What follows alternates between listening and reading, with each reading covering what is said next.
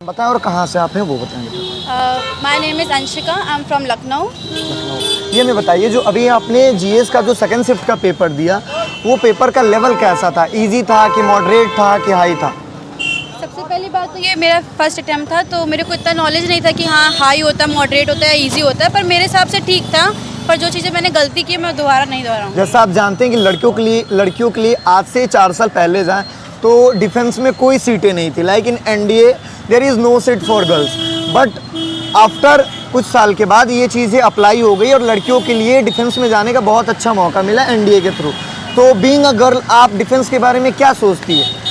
मेरे हिसाब से सबसे पहली बात तो कि डिफेंस में मेरे पापा का एम है कि उनको डिफेंस मतलब वो नहीं कर पाए तो मैं ज़रूर करूँ, तो इसीलिए सबसे पहला टारगेट मेरा यही है कि मुझे चाहिए। और दूसरी बात ये है कि मतलब उसमें थोड़ा सा पैशन ही अलग होता है कि एक आपको रिस्पेक्ट, ऑनर, एक डिग्निटी होनी चाहिए अपनी कंट्री के लिए और रिस्पेक्ट बढ़ाना चाहिए। इसीलिए हम बात करें अगर साइंस पोर्शन की, तो फिजिक्स, केमिस्ट्री और बायोलॉजी में सबसे ज़्यादा नंबर ऑफ क्वेश्चंस किस सेक्शन से थे?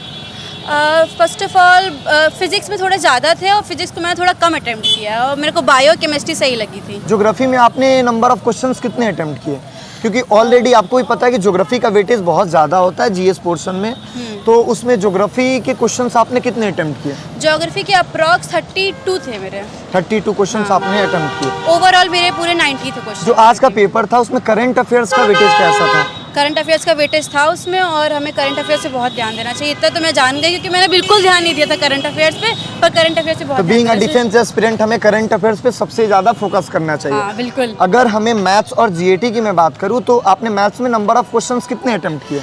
मेरे थे 55। 55 आपने मैथ्स में अटेम्प्ट किए। हाँ। और जीएटी में आपने टोटल नंबर ऑफ क्वेश्चंस कितने अटेम्प्ट किए? 90।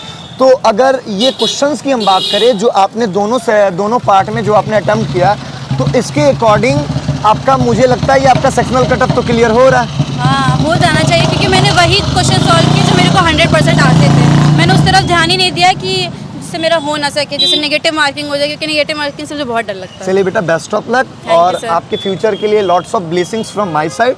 Thank you so much.